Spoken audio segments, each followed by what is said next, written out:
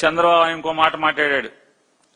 చంద్రబాబు నాయుడు గారి కాలి గోటికి కూడా జగన్మోహన్ రెడ్డి గారు సరిపోడు అని చెప్పాను. చంద్రబాబు నాయుడు గారి కాలు గోరెప్పుడు మీకు చూపించాడా? ఎవడన్నా చూసినోడు ఎవడన్నా ఉన్నాడా అని అడుగుతున్నాను. దేవుడికి కొబ్బరికాయ కొడతా, దేవుడికి దండం పెడతా, దేవుడికి పూజ చేస్తా కూడా బూట్లు వేసుకుంటారు కదా ఆయన. జగన్మోహన్ రెడ్డి గారి కంటే పెద్ద గోర అయింది అంటే మామూలుగా ఆయన సైజు, జగన్ గారి సైజు కంటే కూడా అంత పెద్ద గోర ఉందా అంటున్నా. అంటే బూట్లో దాన్ని మడతేసి కడతారండి ఆయన గోరుని. కాలి గోటికి సరిపోడంటే జగన్మోహన్ రెడ్డి గారు 5'6", 5'7" ఉన్నాడు. 5'6", 5'7" ఉన్నట్టున్నాడు. జగన్మోహన్ రెడ్డి గారి కంటే అంటే ఇది 6 అడుగులు ఉందా చంద్రబాబు నాయుడు గారి గోరు?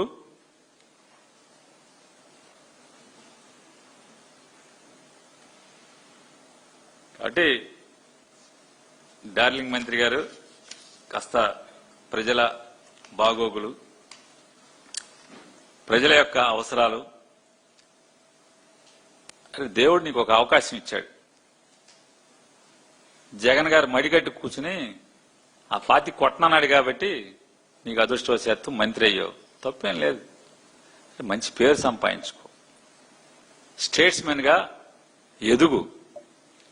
బూతులతో, అసభ్య పదజాలంతో చంద్రబాబు నాయుడు గారికి పరమానంద భరితుని చేయటం కోసం, నీ మంత్రి పదవిని కాపాడుకోవటం కోసం ఈ అసభ్యకరమైన పదజాలాలతో మాట్లాడే కంటే కూడా రెవెన్యూ డిపార్ట్మెంట్ ని, రిజిస్ట్రేషన్ డిపార్ట్మెంట్ ని, సర్వే డిపార్ట్మెంట్ ని చతుర్ముఖ పారాయణమంతా కాకపోయినా అంతో ఎంతో కాస్త అటు ఇటుగా దాన్ని కూడా భావించి అధ్యయనం చేసి మంచిగా మాట్లాడుతూ, వాక్చాతుర్యంతో వాస్తవాలు మాట్లాడుతూ దేవుడు అవకాశం ఇచ్చాడు కాబట్టి ఎదగమని చెప్పని, జనం దృష్టిలో అద్భుతమైన మంత్రి అని చెప్పి, అనగానే అనేవాడు అద్భుతమైన మంత్రిరా అని చెప్పి, ఆంధ్రజ్యోతి రాధాకృష్ణ అన్ని తప్పుడు మాటలు రాస్తున్నాడు. అతను డార్లింగ్ మంత్రి కాదు, 5 స్టార్ హోటల్లో పైరువీలు చేసే మంత్రి కాదు, మంచి యోగ్యుడు అని చెప్పి అనుకునేట్టుగా ఆంధ్రజ్యోతి రాధాకృష్ణ గారి పాలి ఇరిగిపోయేట్టుగా ఆ టీవీ ఛానల్లో డబ్బా మీద రేకేసి గీకినట్టుగా మాట్లాడేటువంటి ఒక వాయిస్ ఓవర్ ఇచ్చేటువంటి ఆ మాటలన్నీ కూడా తప్పుడు మాటలు అనేట్టుగా, మీ మీద మాట్లాడినటువంటి మాటలని తప్పుడు మాటలు అనేట్టుగా రుజువు చేసుకునేలాగా ప్రవర్తించమని చెప్పని హితవు చెప్తున్నా.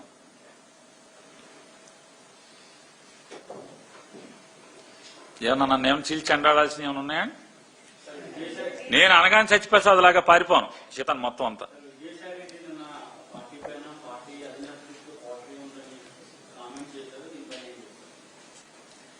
విజయసాయి రెడ్డి గారు పార్టీ అధినేత చుట్టూ కోటరీ ఉందని చెప్పారా? నేను కూడా చూశాను. వారు ఇంకోటి కూడా మాట్లాడారు, నేను 1 సంవత్సరం పాటు నెంబర్ 2 అన్నారు.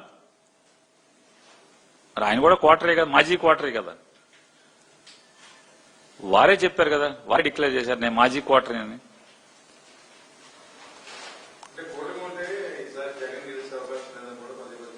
ఎవరండి?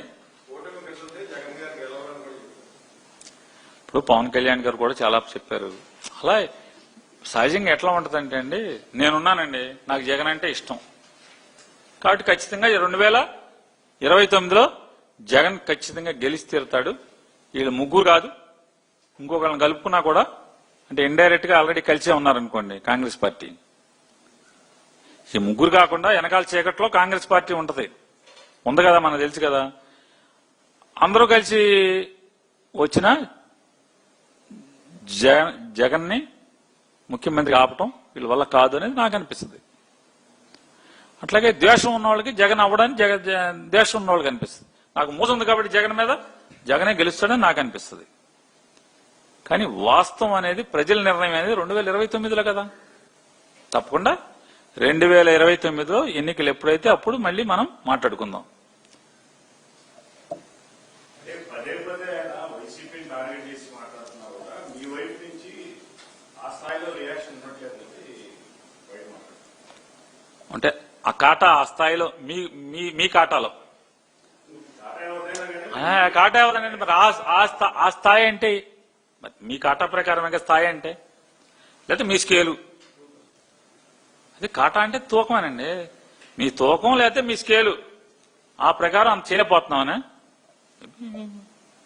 మీ బట్టి అదే అనుకోండి. ఏముంది పెద్ద పోరాటం చేయలేకపోయాం, అధికారం లేదు కదా పోరాటం చేయలేకపోతున్నాం అనుకోండి. ఏముంది దాని గురించి తప్పేముంది? ప్రజాస్వామ్య దేశంలో ఏ వ్యక్తి అభిప్రాయాన్ని కాదంటకు గాని తోసిరాజంటకు గాని హక్కులు ఒప్పుకోవు కదా. మీరున్నారు, మీ అభిప్రాయం మీది, నేనున్నాను, నా అభిప్రాయం నాది, నాకు స్వేచ్ఛా స్వాతంత్రాలు ఉన్నాయి. అలాగే ఎవరికి కాళ్ళకుండా తప్పే ఉంది. ఏదైనా కోరికలు వేరు, ఆశపట్టం వేరు, వాస్తవాలు వేరు. వాస్తవాలు జరిగిన రోజు వాస్తవాలు ఇది అంటే ఈ కోరికలు ఈ ఆశలు వాస్తవాలు అయినప్పుడు తప్పకుండా మంచి జ్యోతిష్యమే అనుకుందాం. ఇబ్బంది ఏముంది?